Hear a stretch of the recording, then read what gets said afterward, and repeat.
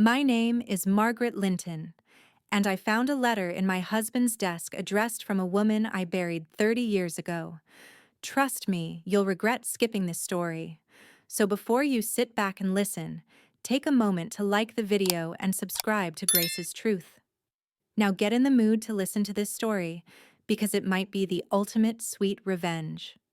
It started on a Wednesday morning. I wasn't snooping. That's what I told myself at least. But the truth is, I had seen something the night before, an expression on his face, when he tucked a slip of paper into that drawer. It wasn't guilt, it was grief. And that was stranger than anything. So after he left for his morning walk, I opened the drawer. There, beneath our tax documents and old utility bills, was a letter. Handwritten.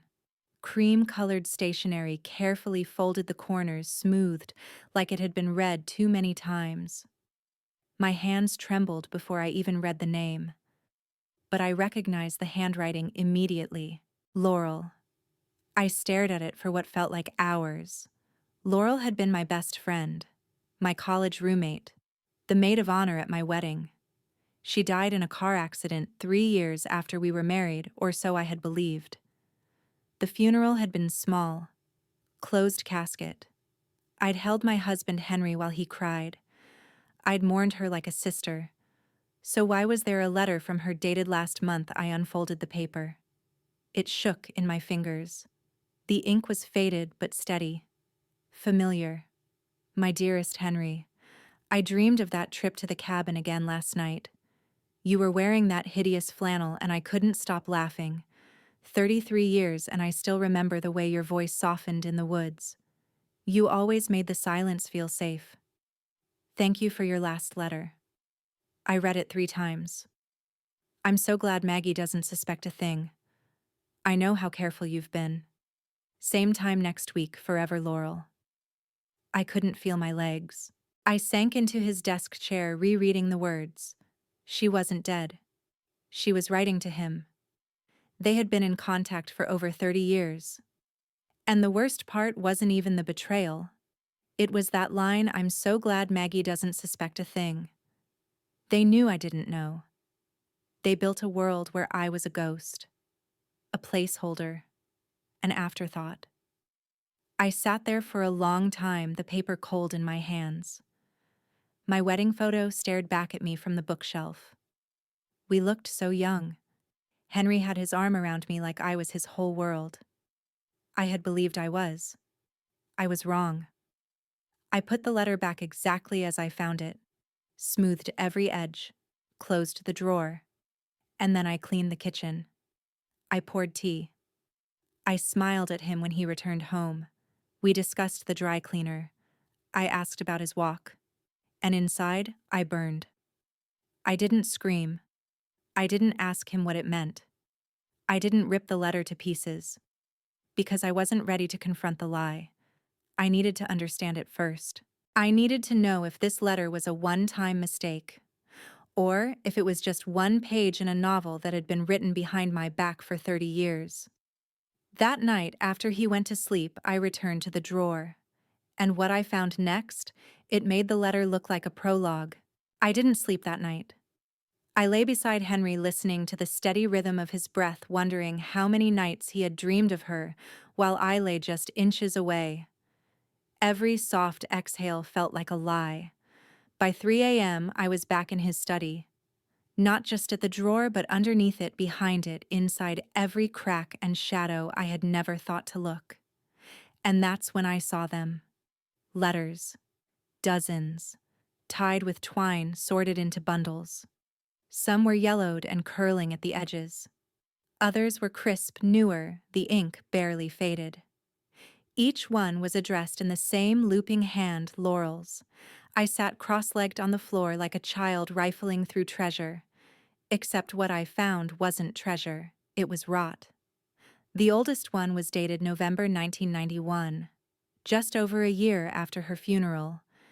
You said it would only be for a little while, that you needed time, that Maggie would never ask questions. But I miss you so much. Why must loving you come with so much silence? The letters weren't poetic. They weren't romantic in the way novels are. They were worse.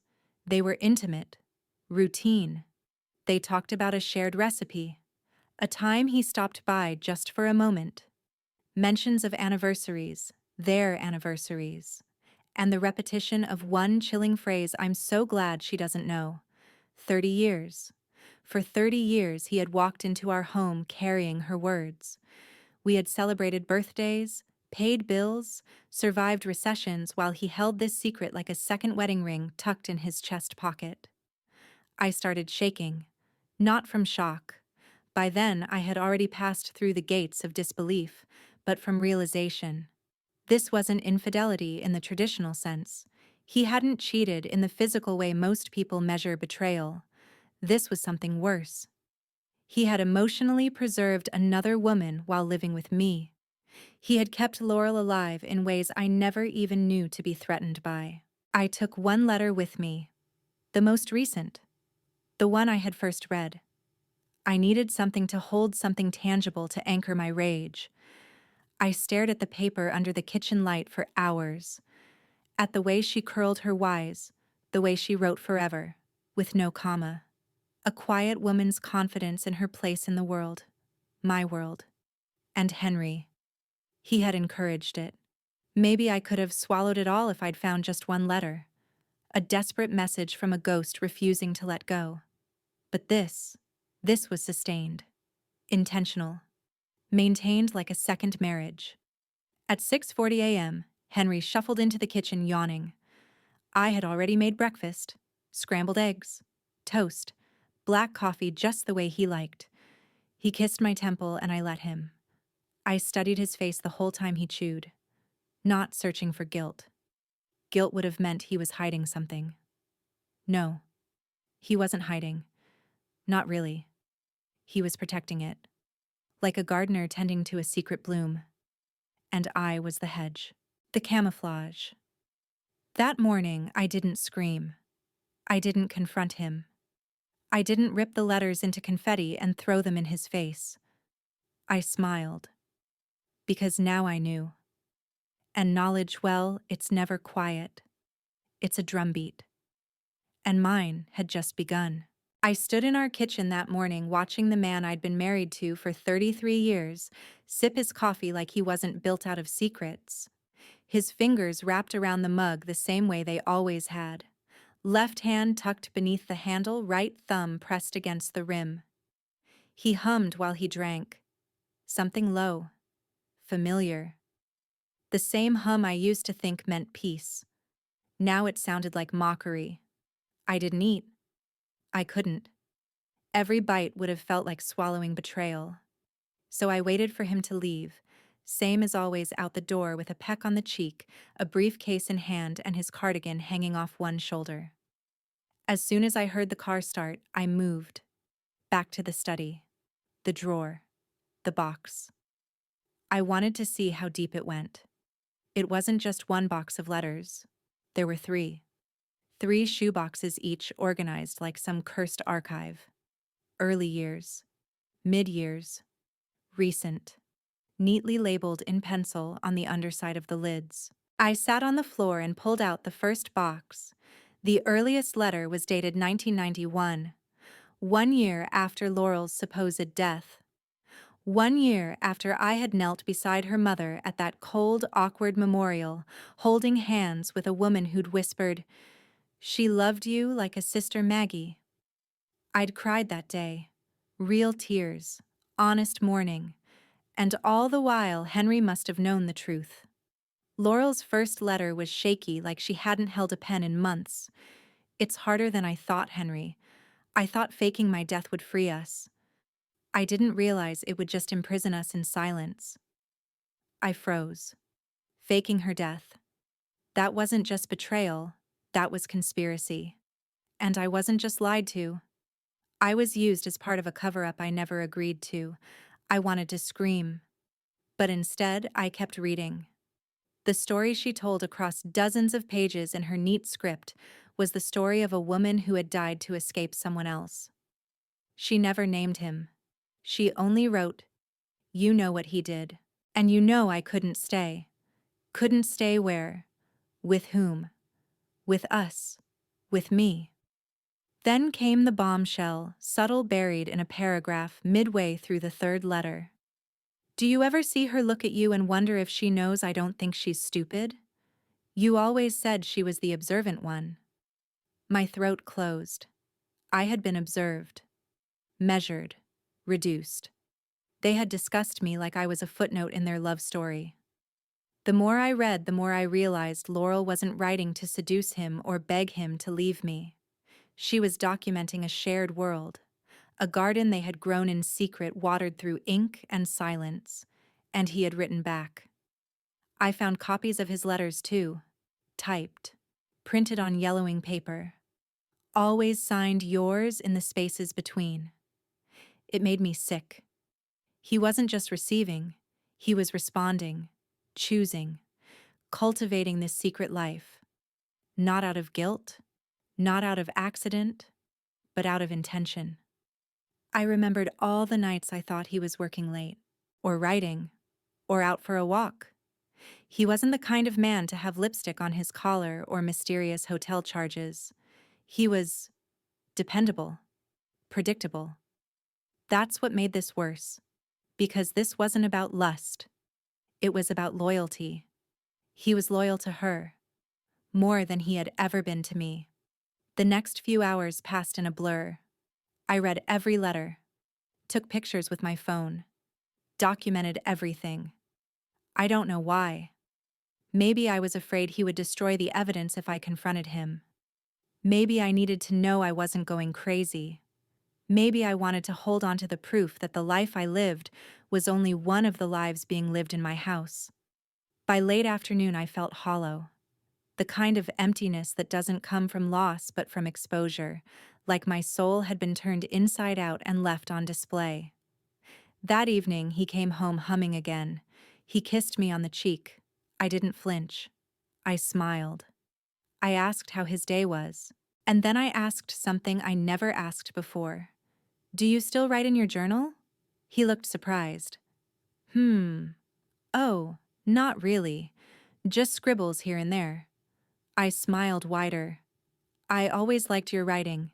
He chuckled. That's sweet of you to say. I wanted to say I liked it better when I thought it was mine. Instead, I changed the subject. Pasta or soup? He chose pasta, Laurel's favorite.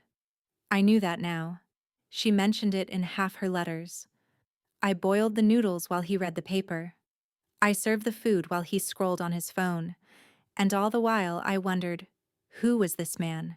Because if you had asked me just 2 days earlier, I would have said I knew him better than anyone alive. That he was kind, patient, complicated, but good. A man of quiet loyalty. A man who grieved honestly, who never once made me feel second. Now I saw it differently. He had made me feel first so I wouldn't look deeper. And I hated him for it. But more than that, I hated that it had worked. That I had loved him so openly, so completely, while he had partitioned his love, like a house with secret rooms. That night, I dreamed of Laurel. She stood at the edge of our garden holding a letter. She didn't speak. She just looked at me. Not with anger, not with apology, but with pity. And I woke up gasping. By morning, I knew I couldn't keep reading the letters without acting.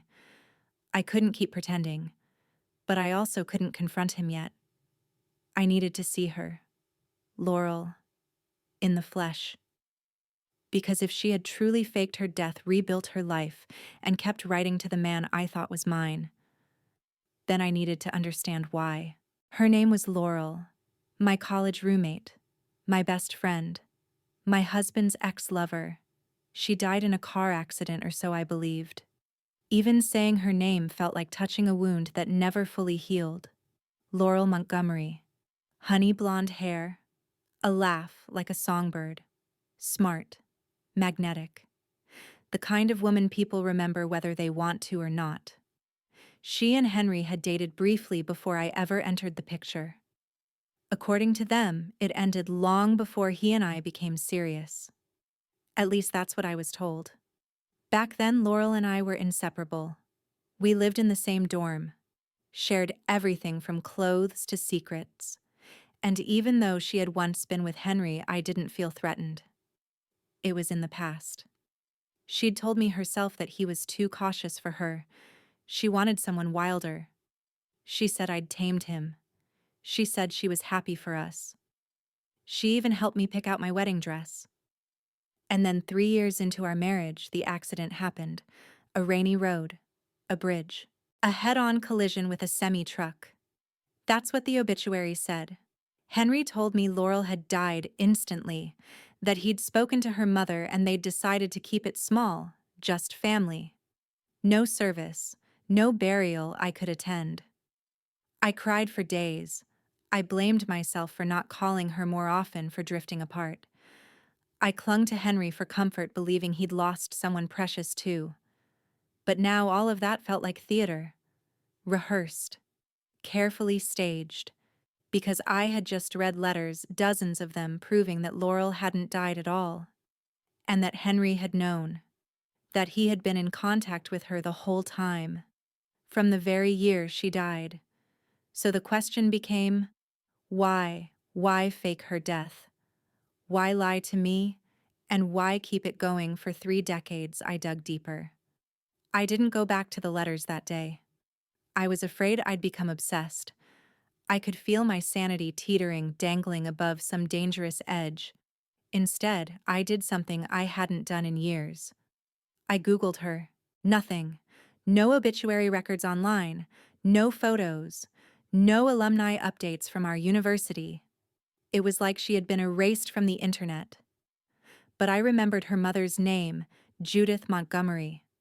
She had lived in Vermont back then. A quick search revealed that Judith passed away 15 years ago. No surviving relatives listed. No obituary mention of Laurel. It was like Laurel had vanished. Twice. The next step was riskier. I opened Henry's glove box. He always kept a notebook there. He said it was for directions and grocery lists. I'd never thought to open it before. I flipped through its pages. Amid scribbled notes and reminders for dental appointments was a name: Brightwood Care Center, Room 218, LMLM, Laurel Montgomery. I Googled the facility, a nursing home, just outside of town. Quiet. Private. I knew what I had to do. 2 days later, I got in the car and drove there. I didn't tell Henry I was going out. I didn't need to. I had memorized the visitor hours. I wore sunglasses. A scarf. Not because I expected to be recognized, but because it gave me a layer of separation, a disguise to protect what little control I had left. The receptionist was young and distracted. I signed in under a fake name, Marie Delaney, and said I was there to visit room 218. No questions. The hallways smelled of antiseptic and something fainter. Cinnamon. Institutional comfort. It made my stomach twist. Room 218 was at the end of the west wing. The door was open. I stood there for a long second, heart pounding, before stepping in. And there she was. Laurel. Older, yes. Her once blonde hair now a pale gray, pulled back in a loose braid. Thin. Paler than I remembered. But unmistakably her. She was sitting by the window reading a book. For a moment I forgot how to breathe. She looked up. Our eyes met. And in that instant, I knew. She recognized me. But she said nothing. Just closed her book slowly and placed it on her lap. I stepped forward. Laurel. A small smile. It's been a long time, Maggie. She said my name like it had never left her mouth. Like it had lived there quietly for all these years. I didn't know what I expected: denial, shock, guilt. But she just looked tired. I sat across from her. My fingers trembled against my purse. You're supposed to be dead, I said, and my voice cracked. She tilted her head. I know. That was it. I know. Silence filled the space between us like fog. I found the letters, I said. She nodded, unsurprised. How long, I asked, though I already knew. Since '91, she replied. We never stopped. Why my voice was rising now, emotion shaking loose. Why pretend to die? Why lie to me to everyone, her eyes dimmed? Because it was the only way I could disappear. I waited. She continued quietly. There was someone. Before Henry. He wasn't safe. I needed to get away. I told Henry everything. He helped me. He didn't want to at first, but he loved me. Enough to let me go. I stared at her. But he didn't let you go. No, she admitted. He didn't. And me? I asked. What was I? The stand-in. The smokescreen. She flinched. You were never just that. I stood. You let me believe you were dead, Laurel. I grieved you. I mourned you like a sister. Tears filled her eyes. I never wanted you to get hurt. I thought, after a while, it would be easier, cleaner. You wrote to my husband for 30 years, I hissed. You remembered anniversaries, recipes, cabin trips. You made a life with him in ink. She didn't argue, and that told me everything.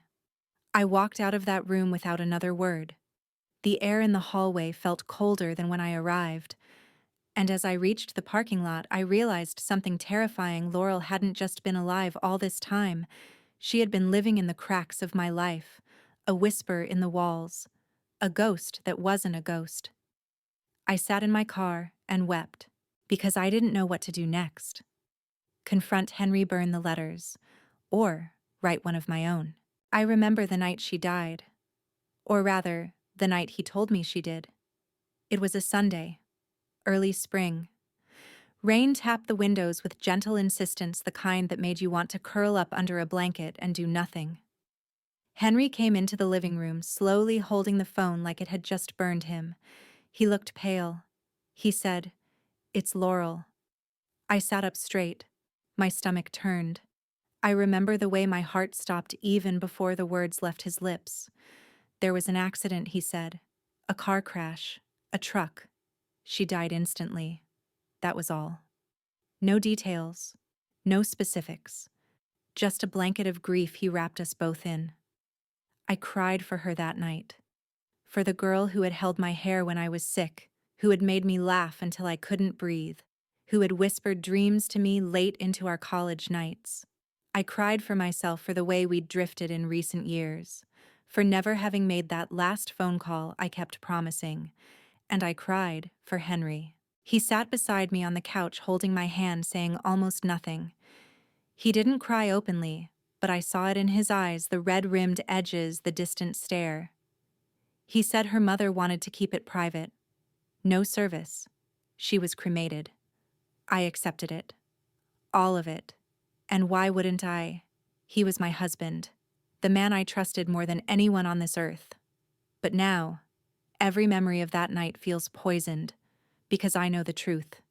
She wasn't dead. Not then. Not now. He lied.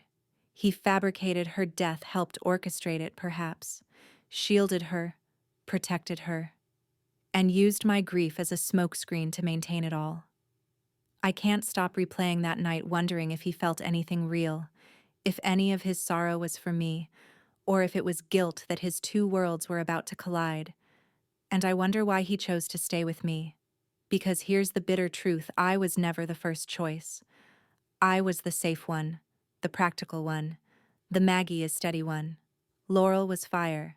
I was stone. I gave him stability. She gave him passion. And maybe he thought he could have both.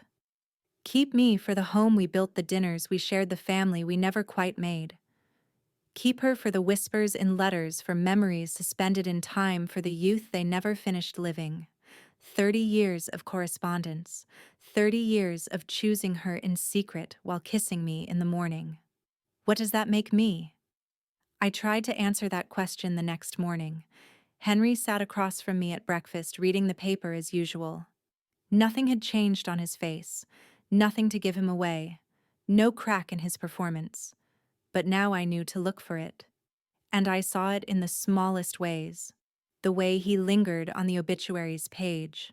The way he tapped his spoon 3 times against the side of the bowl, a habit he'd had for years that now seemed coded, a rhythm, a message. To her, I couldn't take it. So I asked, "Do you ever think about Laurel?" He looked up, startled. He set the spoon down gently. "Sometimes," he said. "It's hard not to, isn't it?"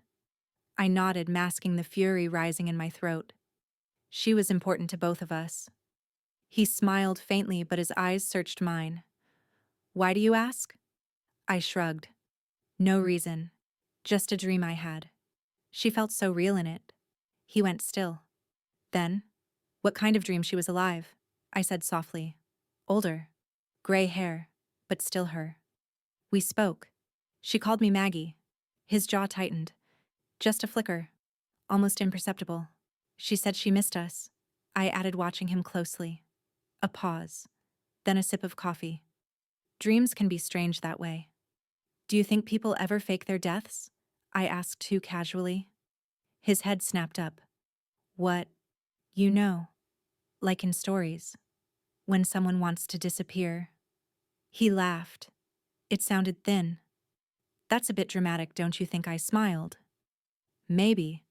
I just wonder what someone would have to be running from to do something like that." He stared at me for a long moment, and then he changed the subject. That evening, I went back to the study. This time, not for the letters. I wanted something else. A journal. He's always kept one on and off. Spiral-bound notebooks, sometimes leather-bound gifts I gave him for birthdays. He said they helped him think, and he never let me read them.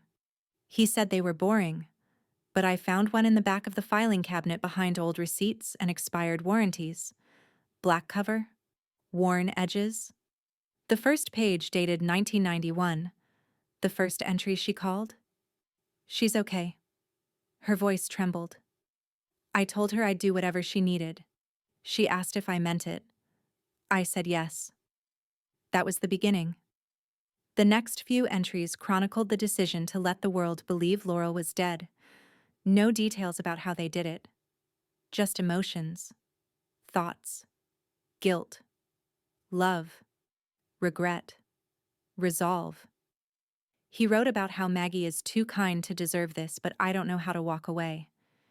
He wrote about how he wished he could tell both of us the truth.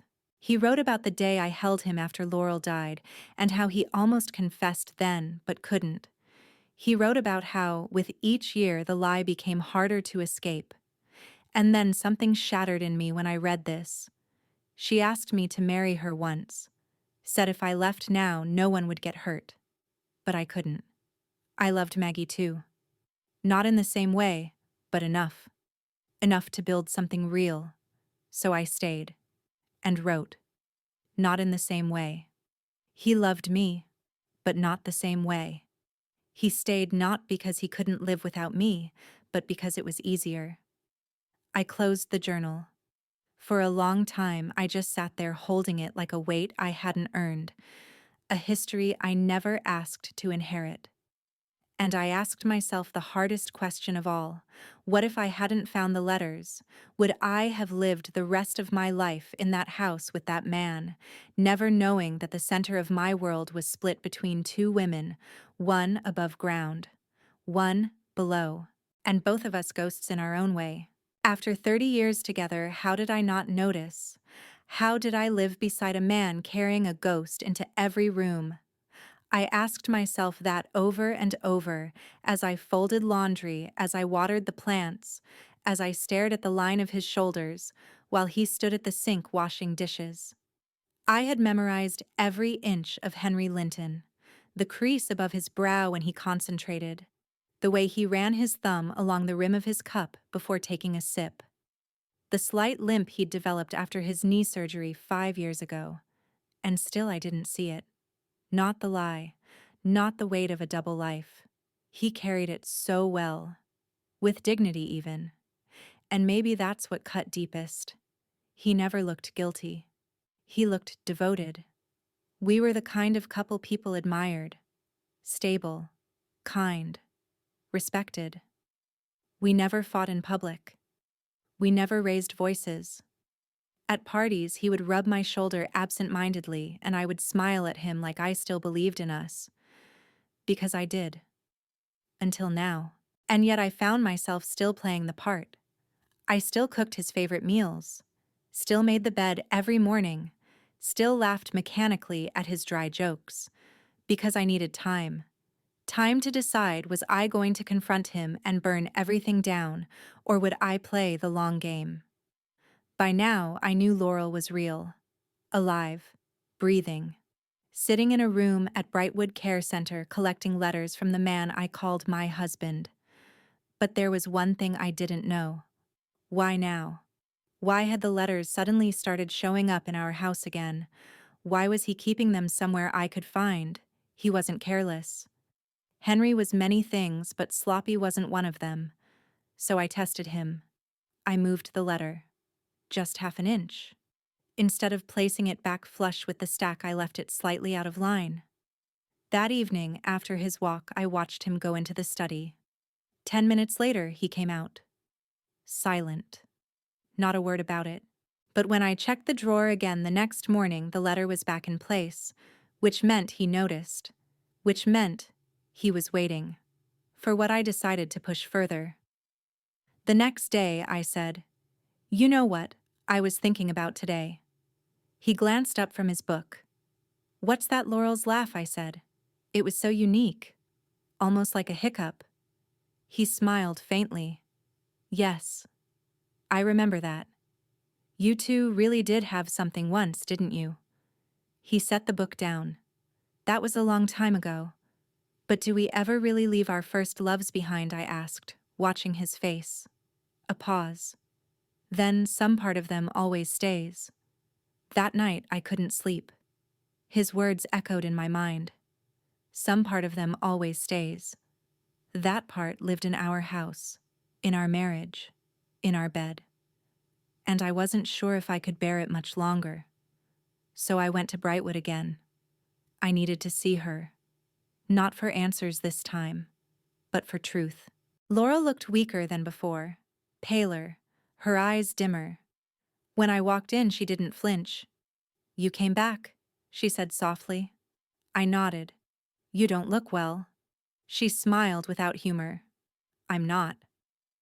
There was silence between us, a delicate pause. Then she said, "I assume you've read the journal too." "I have. And you wrote him for 30 years, I said. But it wasn't the letters that hurt me most. What was, she asked. That you both made a choice to erase me, over and over. She looked away. "It was never about erasing you." "No," I said. "Then what was it?" "Because in 30 years of ink you rarely asked how I was. You talked about meals, weather, his moods, but never me." "I didn't need to ask," she said quietly. "You were the proof." "Of what? That he loved me enough to lie?" I staggered back like she'd slapped me. She winced. "I'm sorry. That came out wrong." "No," I said. "That was the first honest thing you've said." She looked at me, then truly looked. And for the first time I saw her clearly. She wasn't the vibrant young woman I'd buried in memory. She was a dying woman, frail, regretful, and yet, somehow still proud. "I never meant for it to last this long," she said. "The letters were supposed to be goodbye, but they weren't." "No." Why, I asked again, voice breaking. Why keep reaching for him all these years? She was quiet for a long moment. And then, because he was the only person who ever saw me completely. Even when I hated myself. I swallowed the lump in my throat. "You had him," I said. "You just didn't want to share him." She nodded slowly. "And you, will you keep him now?" I looked at her and the answer came without hesitation. "I don't know." That night I sat in the garden behind our house. It was where Henry had first kissed me, where we'd once danced barefoot under string lights, where we'd talked about adopting a child when the doctor said it wasn't likely, and now it was just soil and silence. He found me there an hour later. "Did something happen?" he asked gently. I looked at him. This man I had built a life with, who had laughed with me, built a home with me, grown old beside me, this man who had never stopped loving someone else. "I went to see her," I said. The words dropped like stones. He didn't pretend not to understand. He sank onto the bench beside me, folding his hands. "I know," he whispered. I stared at him. "How long were you going to keep lying?" His eyes filled with something between shame and sorrow. "Until she died," he said. "And then I would have mourned her, quietly, alone. You would never have known." "But I do know," I said. "And now, I'll never unknow it." He nodded. "I'm sorry." For what I asked. Loving her or lying to me? His silence said both. And that's when I realized he wasn't sorry he had loved her. He was sorry I had found out. The thing about betrayal is it doesn't just break you. It shifts your sense of reality. Suddenly, every memory is up for revision. That trip to Martha's Vineyard where he held my hand under the stars, was he thinking of her? That moment he teared up during our 10-year vow renewal, was it guilt or longing? Even the way he said "I love you" in the kitchen last Tuesday, was that love meant for me or just muscle memory? That's what betrayal does. It takes the life you thought you were living and peels it back like wallpaper, revealing rot you were never meant to see. I found myself replaying everything, every glance, every pause, every time he said nothing when I needed words or said too much when silence would have sufficed. The man I loved was becoming a stranger. But worse still, I didn't even know if the stranger had ever been real. I started keeping my own journal. I needed a place to put the chaos. I wrote March 2nd. I watched him tie his shoes and wondered how many letters he's hidden from me, how many lies are buried under our floorboards. March 4th. He asked if I wanted tea. I said yes. I said it like a woman who doesn't know what else to say. March 6th. He smiled in his sleep. I hope it was for me. I know it wasn't. I couldn't talk to anyone about it. Not yet. Not without blowing up our entire world. So I did what women like me have done for generations. I endured. I planned. I observed. But beneath all of that, I felt something else rising. Anger. Sharp. Focused. Cold. It wasn't just the betrayal that enraged me, it was the audacity. The arrogance of thinking I could live with this truth and continue as if nothing had changed. The assumption that I would swallow it all, his loyalty to Laurel, his emotional infidelity, and remain grateful for the scraps of affection he threw my way. He had built a kingdom of lies, and I had dusted its windows, but not anymore. The turning point came on a Sunday. He was in the garden pruning roses. I stood at the window watching him. The sun lit his shoulders. He hummed again, always humming. The same low tune, one I had thought of as his signature comfort sound. And suddenly I remembered something from Laurel's letters. He still hums our song even when he's thinking. I know it means he's remembering me. That was the moment. The sound I'd found soothing for decades. It wasn't mine. It was hers. That tune wasn't a habit. It was a shrine. That night I couldn't sleep. I paced the bedroom like a caged animal. Henry was downstairs sipping tea and reading. I sat on the edge of the bed and stared at our wedding photo on the nightstand. We looked so young, so sure. I wanted to reach into the photo and warn that version of me. Tell her he loves you, but he'll never only love you. By midnight, I'd made a decision. The next day, I drove to Brightwood. Again. Not to scream, not to rage, but to understand. If I was ever going to reclaim my life, I had to look her in the eye one last time and close the door myself. She looked weaker than ever. A nurse helped her into a chair by the window. When she saw me, she smiled faintly. "You came again," she said. I nodded. "Don't worry, it's the last time." She studied my face. "You look tired." "I am." She nodded. "So am I." We sat in silence for a while. The kind of silence that isn't empty. the kind that's packed with things too heavy to say. Finally, I asked, "What do you think he would have done if I hadn't found the letters?" She didn't hesitate. "He would have stayed with you. Until the end. And written to you in secret, yes." I exhaled sharply. "So I was plan A. You were plan B." "No," she said gently. "We were both plan A. In different timelines." "I don't believe in timelines," I said. "I believe in choices." "And he made his." She didn't argue. I stood. "I'm going to leave him," I said, surprising even myself. Laurel's eyes widened. "Are you sure?" I nodded. "Not today. Maybe not this week. But I will. Because I refuse to be a footnote in my own life." She closed her eyes. A single tear slipped down her cheek. "I loved you too, Maggie," she said. But I was already gone. When I got home, Henry was in the kitchen. He looked up from his newspaper. "Good walk." I looked at the man I had spent more than half my life with, the man who had held my hand through surgeries and funerals, the man who had cooked me eggs every Sunday since 1997, and I smiled. Very. Because now I wasn't just enduring, I was deciding, and every decision from that moment forward would be mine. I started clearing drawers, quietly, deliberately.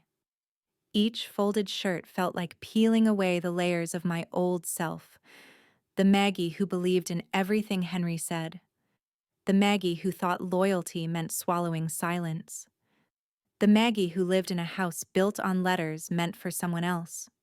I didn't pack like a woman running away. I packed like a woman returning to herself. I didn't know where I was going yet. A hotel. Maybe a rented cottage by the coast. It didn't matter. What mattered was that the decision was mine. I even kept a list in my journal. Sweater drawer. Keep gray cardigan, donate blue one. He always said it made me look washed out. I liked it. Jewelry box, take my mother's locket, leave the pearl earrings, he gave them to me the year she died. Bookshelf, take Plath Morrison and the poetry Laurel never read. Each item was a choice, a symbol, a way of saying, this is mine, this is not.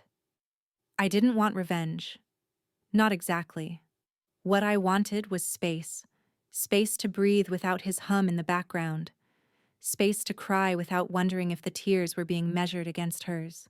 But most of all, I wanted to reclaim the parts of myself that I had handed over in small, quiet moments, one apology at a time. On the 5th day of packing, he noticed. I was folding clothes at the foot of the bed when he walked in. His gaze fell on the open suitcase. He didn't say anything at first. Then, "Are you going somewhere?" I looked up. "Yes. For how long, I don't know." His jaw tightened. "Maggie." I held up a hand. "Please don't." He sat down on the edge of the bed like he suddenly couldn't hold his own weight. "I never wanted to hurt you," he said. "But you did." He nodded. "I know." "I mourned her," I said. "You let me. I mourned her too. In a different way." "You mourned the life you didn't get to live," I snapped, "while building a lie you let me carry." He was quiet. "Then I loved you. Past tense." "No," he said. "Always." And that was the tragedy, wasn't it? That both things could be true. He did love me, but not only me. That night I slept in the guest room. The bed was too firm, the sheets unfamiliar. But for the first time in weeks, I fell asleep without clutching my stomach like something might spill out of me. Because this pain wasn't confusion anymore. It was clarity. And clarity, I was learning, could be a kind of relief. The next morning, I left a note on the kitchen table. "Henry, I need space. Not because I hate you, but because I can't unknow what I now know. I need to figure out who I am without the weight of your secrets. I'm not running. I'm reclaiming. Maggie." I didn't wait to see if he read it. I walked out the front door with my suitcase and journal, closed it behind me, and didn't look back. Not that day. Not yet. I rented a small cottage an hour away. Wooden floors, a porch swing, the smell of lavender through the windows. I drank coffee in silence, watched the sky change colors, started painting again badly but freely, and I wrote. God, did I write? I filled pages with everything I couldn't say to Henry, letters I'd never send, truths I hadn't dared whisper, memories I wanted to preserve before the bitterness erased even the good.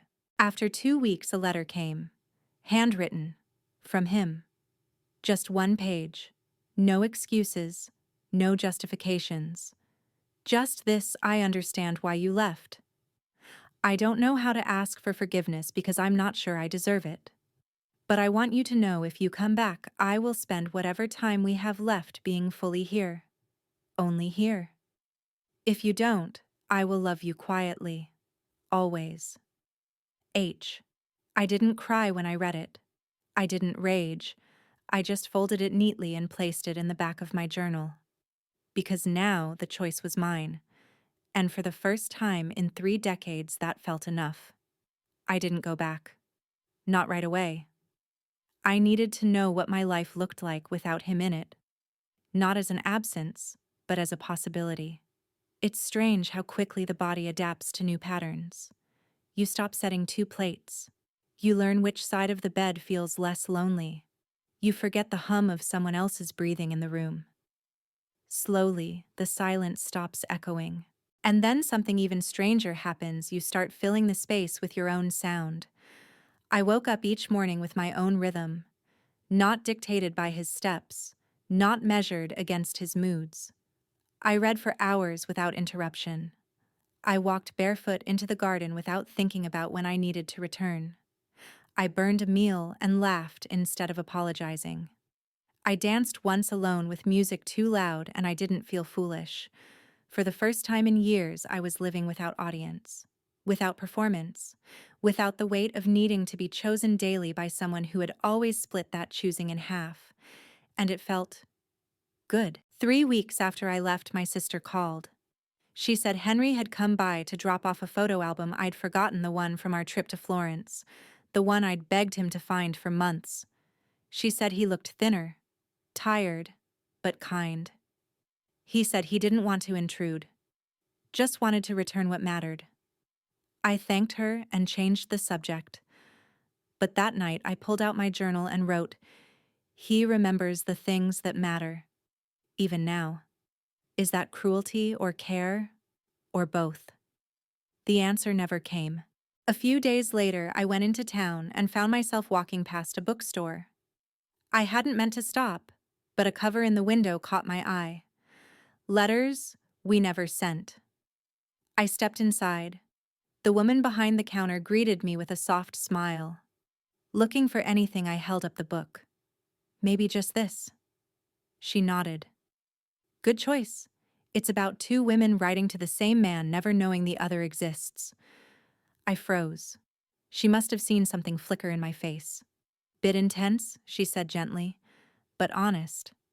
I bought it and read it in one sitting. Not because it mirrored my story, it didn't. Not exactly. But because it made me realize something I hadn't let myself feel. Compassion. For Laurel. And for Henry. Not forgiveness, that was still far, but understanding. They were human. They made a selfish, painful, entangled choice. But so had I. I had chosen silence too. I had ignored red flags. I had built comfort around ambiguity. And now I was suffering not only because of their choices, but because of my refusal to ask hard questions when I had the chance. So maybe this wasn't just about betrayal. Maybe it was about waking up. That night I went through the letters again. Not all of them. Just a few.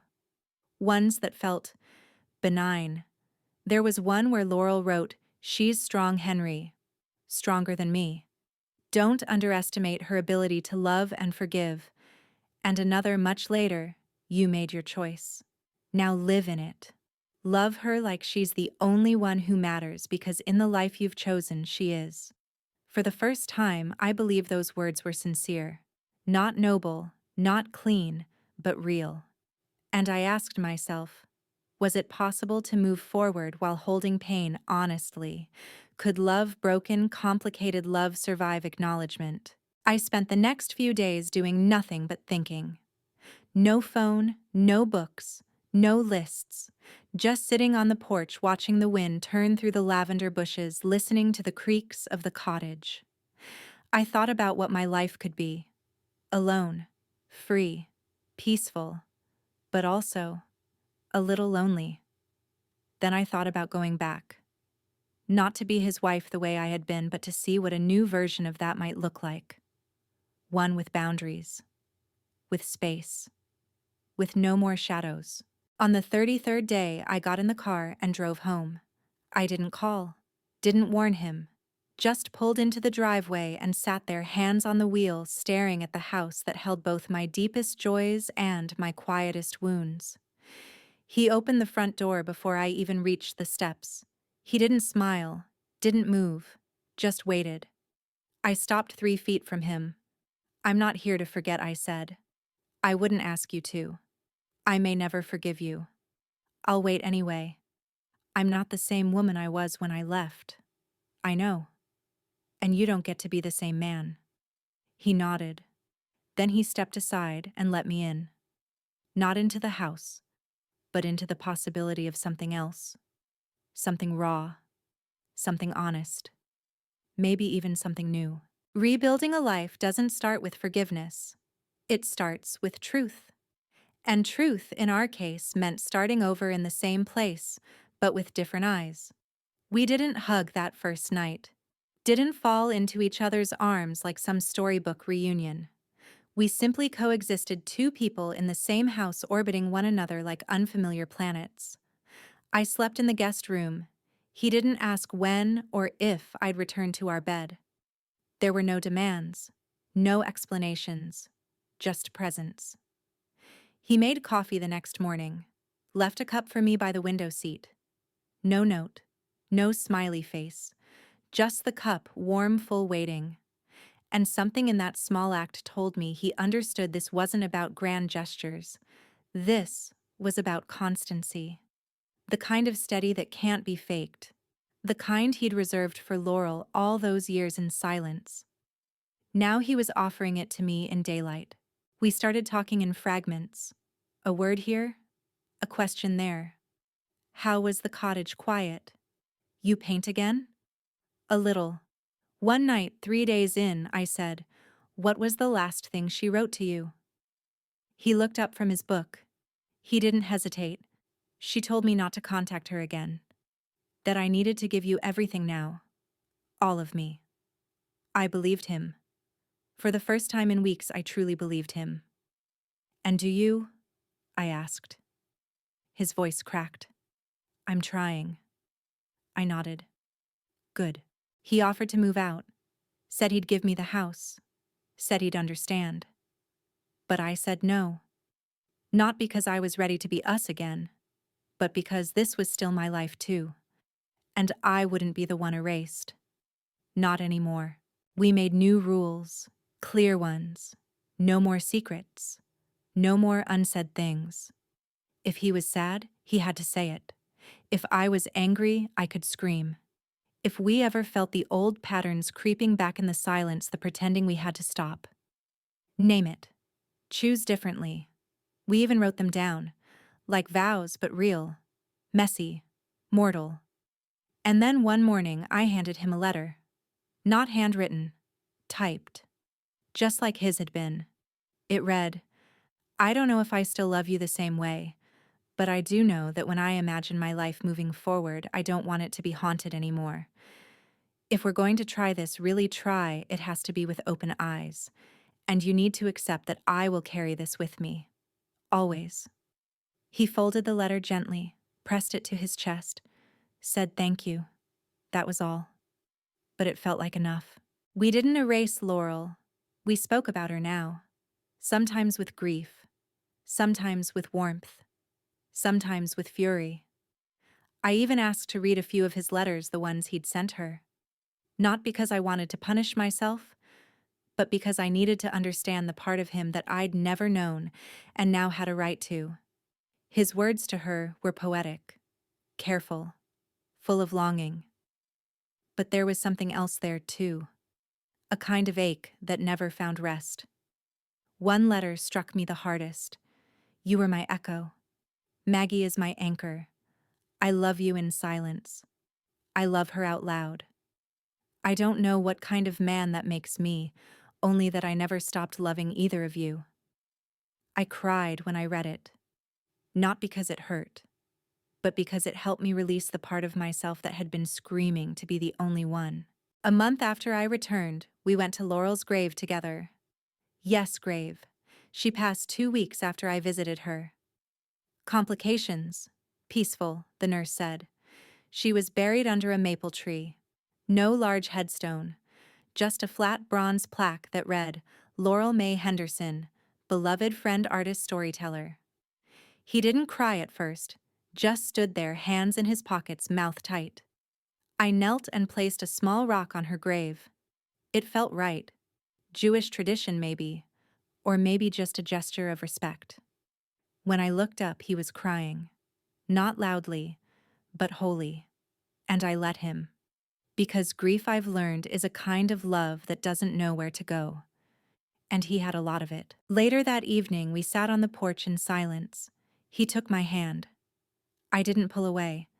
He said, I don't deserve a second chance. I replied, maybe not. He nodded. And then, but maybe we both deserve a new beginning. Healing isn't clean. It's jagged, slow, and humiliating. But sometimes, on the other side of humiliation, there's peace. At least that's what I kept telling myself every time I flinched at his touch. Every time I remembered him licking an envelope meant for her. Every time I walked past the drawer where the letters once sat. Some days were easier than others. Some days he made me laugh. Not in that polite social way. A real laugh. The kind that cracked something open. Other days I looked at him and saw a stranger. The man who let me grieve a living woman, let me cling to a marriage half-rooted in fiction. But healing, I realized, wasn't about pretending those moments didn't happen. It was about surviving them. And not alone. We started doing small things together again. Grocery shopping, walking around the neighborhood after dinner, playing cards like we used to before life got heavy. We even went to a pottery class one Saturday morning. Just the two of us. Surrounded by younger couples and wet clay and awkward silence. He made a mug. I made a bowl. Both were lopsided. Still, we brought them home like trophies. Small proof that something new could be built from unsteady hands. One night, about a month after I'd come back, I found him in the study. He was reading. The chair creaked as he shifted. I stood in the doorway holding my tea and asked, "Do you think we'll ever be the same?" He looked up slowly. No. That should have hurt. But it didn't. Good, I said. He raised an eyebrow. Because the same wasn't honest, I added. And I want honest now. Even if it's quieter. Even if it's smaller. He smiled faintly but real. So do I. And just like that, something unspoken settled between us. We weren't rebuilding the past. We were building forward. On new ground. We had to because the old ground was gone, scorched by time's secrets, and a grief neither of us fully understood until it consumed us. He told me once, not long after, that I don't think I ever really knew what kind of man I was until you found the letters. I asked him what he meant. I thought I was loyal, he said. Because I stayed. Because I provided. But loyalty isn't just staying. What is it then? It's showing up. Fully. Even when it's hard. Especially then. I nodded. Because that, I understood now, was the only kind of love I could accept anymore. Love without hiding. I started writing again. Not just journaling, really writing. Short essays, memory pieces, fragments of conversations. I submitted one to a local magazine. They published it. A piece about trust and deception told through the metaphor of pruning a garden. I didn't mention names, but he read it. He looked up afterward and said, You made me the thorn bush. Did I? He smiled. And the hands that tended it. I smiled back. Months passed. Spring melted into summer. We hosted our first dinner again. Just 4 close friends. No one asked where I'd been, but they looked at us differently, like they could feel something had shifted, and we didn't hide it. He'd glance at me across the table like a man still trying to win something. I let him, not because I owed it, but because part of me still wanted to. And maybe that was the most honest thing yet. There's a moment when you've lived through betrayal where you realize the only person who can decide your future is you. Not the one who broke you. Not the one who apologized. Not even the one who waited. You. And once I claimed that truth, I stopped looking at Henry through the lens of what he'd done. I started looking at him through the lens of who I wanted to be. Free. Still fractured. But free. Laurel was gone, but her absence still had weight. Grief, I've learned, doesn't end with a death. Sometimes it deepens. It becomes layered grief for what was grief, for what never had the chance to be, and grief for the version of yourself that will never return. I didn't miss Laurel. That would be a lie, but I did feel her everywhere, in the way Henry stirred his tea, in the quiet space between words when a memory brushed past and neither of us dared to say it out loud, in the silence after a song she once mentioned in her letters played on the radio. We lived with her ghost not haunting us maliciously, but present like a third pulse between our footsteps. And somehow acknowledging her became part of our healing. One morning, I placed her final letter on the kitchen table. It was the only one I'd never opened. It had arrived after her death, one of those delays in mail forwarding. The handwriting was still perfect, as if her hand hadn't known she was dying. I slid it toward Henry. I think we should read this. Together. He hesitated, his fingers resting lightly on the envelope, then nodded. We sat side by side as he opened it with careful hands. He unfolded the paper, cleared his throat, and began. Dear both of you, if this letter finds you after I'm gone, then I suppose I'll say it plain. I never meant for this story to stretch so long. I loved him. I always did. But I also loved what you and he had, Maggie, the kind of love I could never quite touch. I resented it, yes. But I also respected it. If there's one thing I hope, it's that my part in your story doesn't ruin the rest of it. People like us, we get few chances to start over. So take yours. Take it boldly. With complicated love, Laurel. We didn't say anything after. We didn't have to. The letter sat between us like a closed chapter. Not erased, not forgiven, but folded and put away. That evening, I lit a candle in the garden. No prayers, no ceremony, just flame. It flickered in the breeze and reminded me that everything ends. Even grief, even longing, even the version of myself that once needed someone else to define her. I watched it burn for an hour. Then I went inside. Something changed in our home after that.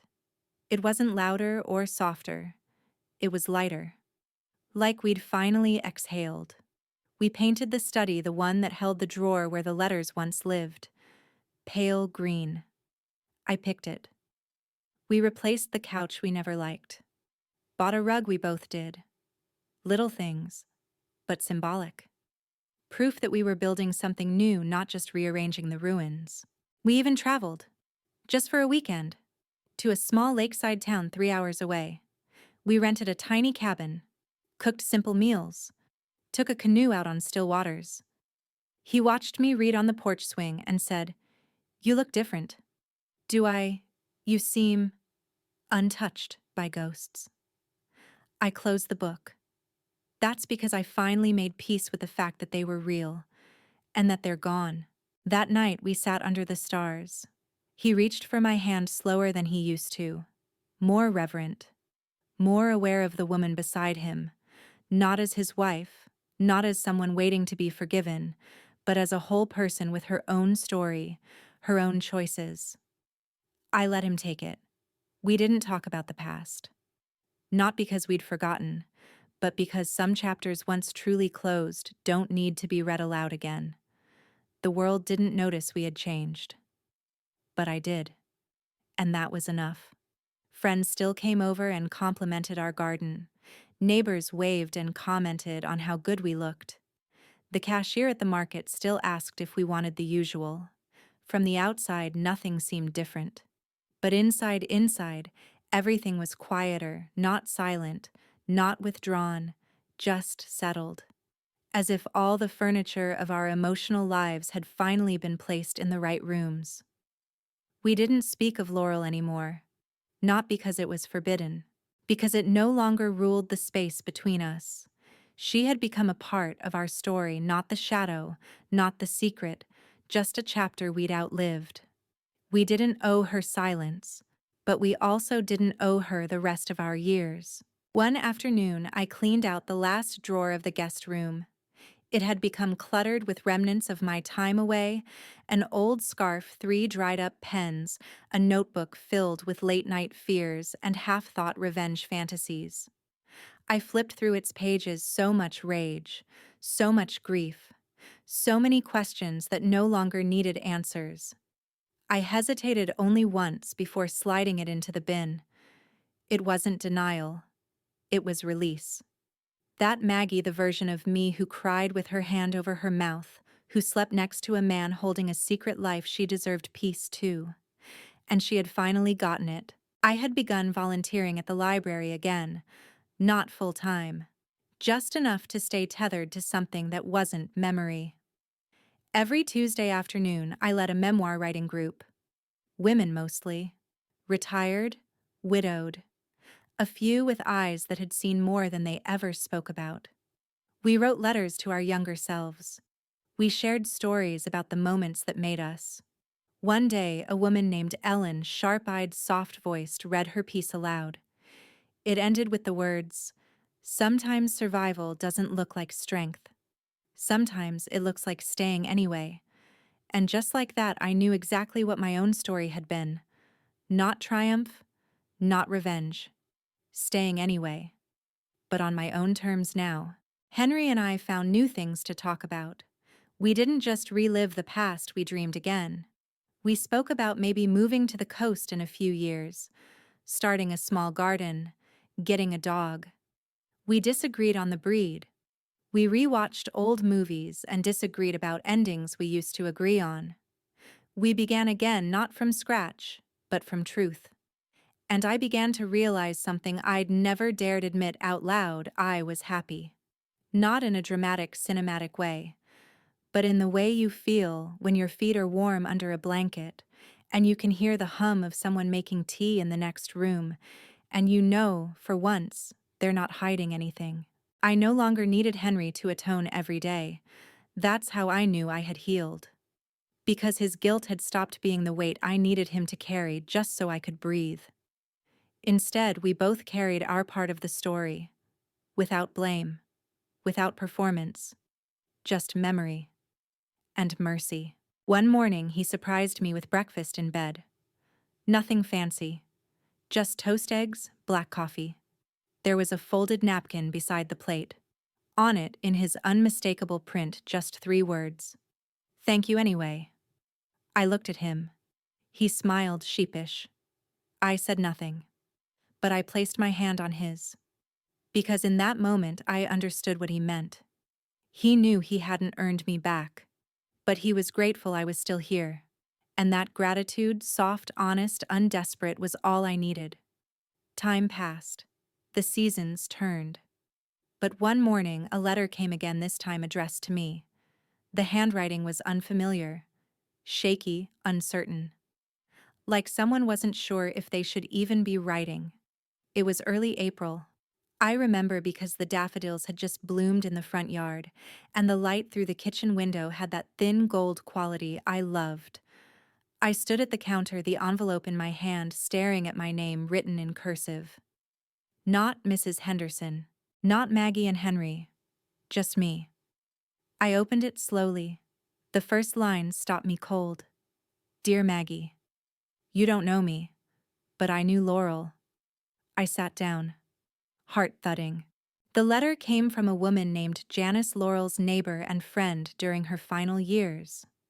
She explained that Laurel had shared stories, regrets, fragments of a love she couldn't fully let go of, and apparently, stories about me too.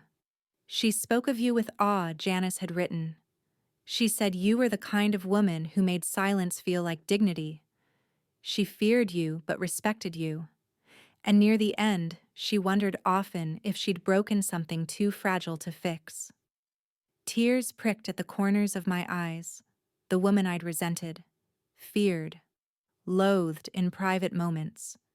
She'd thought of me, maybe not with envy, but with recognition, and maybe just, maybe, remorse. Janice went on. After Laurel passed, I found a small wooden box among her belongings. It had no lock. Just a note, for Maggie if she ever asks. I wasn't sure what to do with it, but then the obituary mentioned Henry's name, and yours. So I found this address. The box is yours if you want it. Let me know. J. I read the letter 3 times, then folded it and slid it into the drawer beside the stove. For 3 days, I didn't mention it to Henry. Not because I was hiding it, but because I didn't know what I wanted yet. Curiosity, closure, or just distance. On the 4th day, I told him. We were sitting in the garden. I handed him the letter and waited. He read it quietly, didn't react, didn't even blink. Then, "Do you want the box? I don't know," I said honestly. "Do you want me to say no?" "No." "Then I'll support whatever you decide." And for the first time in a long time, I believed him without needing proof. I wrote to Janice that night. Simple. Thank you. I'll come for it. Maggie. She replied 2 days later, gave me the address, said she'd be home all afternoon. So I drove alone back through winding roads and unfamiliar towns until I found myself in front of a pale yellow house with ivy climbing the side. Janice was kind, soft-spoken, older than I expected. She led me to the porch and placed the box in my hands like it was a sacred thing. Then she said, "She wanted you to have peace. She just didn't know how to give it to you." I nodded, said thank you, then left. I didn't open the box until that evening, alone, in our living room. Henry was at the market. The air was quiet, the light dim. Inside the box were only a few things. A photographed the 3 of us at a gallery opening. Me in the center, Laurel in profile, Henry's hand on my shoulder. A short letter addressed to the woman who got the life I couldn't ask for. A ring, small, simple, not a wedding ring, just a silver band, engraved with a single word enough. I unfolded the letter last. Maggie, if you're reading this, then I've gone. I won't ask forgiveness. I won't pretend to deserve it. But I will say this. Loving Henry never made me hate you. But envying you, that was harder to resist. You had the courage to build something whole. I only ever knew how to borrow pieces. I leave you this not to reopen the wound, but to offer a small truth. In another life, I might have asked to be your friend. In this one, I hope you find peace that doesn't require forgetting me. Laurel, I cried. Not loud, not broken, just full. Like something heavy had finally passed through me and left something tender in its place. When Henry returned, he found me sitting beside the box. I looked up at him and said, "She gave me back my story." He nodded, didn't ask questions, didn't need to. He just sat beside me, and together we watched the shadows stretch across the floor, long and soft, like memory fading gently instead of tearing. What do you do when the story ends, but the echo remains? That was the question I asked myself in the weeks after Laurel's box arrived. I didn't wear the ring. I didn't burn the letter. I didn't place the photo on display, but I kept them, tucked inside the drawer where I used to hide the things I didn't want to face. Now it held the opposite, not secrets, but truths. Small, sharp, and unchangeable. I began walking every morning, just before sunrise when the world was still quiet and the fog held everything in a soft hush.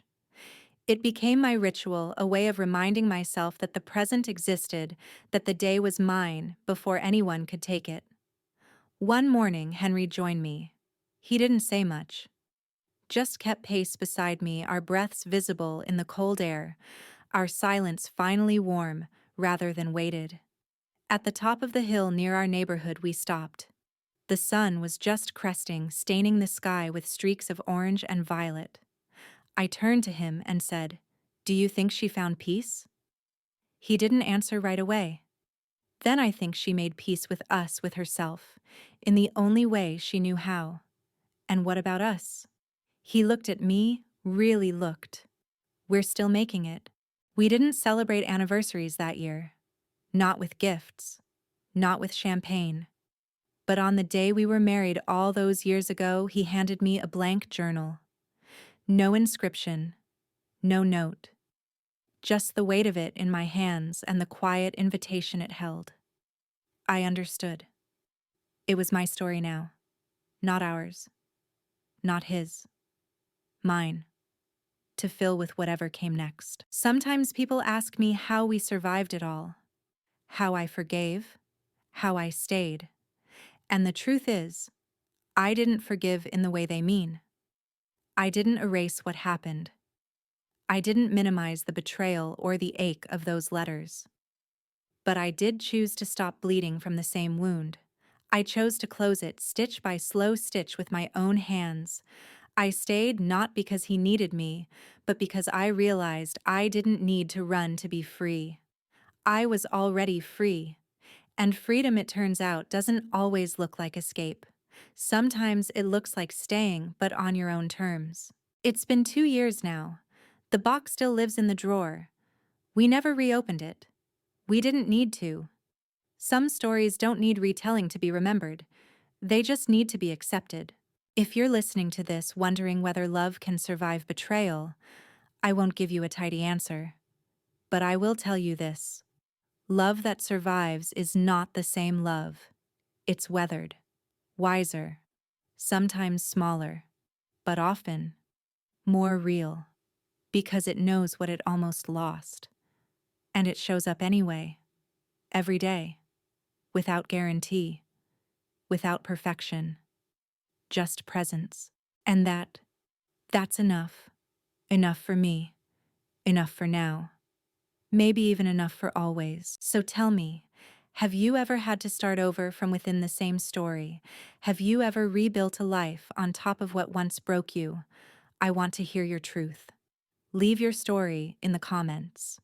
And if you haven't already, subscribe to Grace's Truth, because some stories, especially the raw ones, deserve to be told out loud. And maybe yours is next.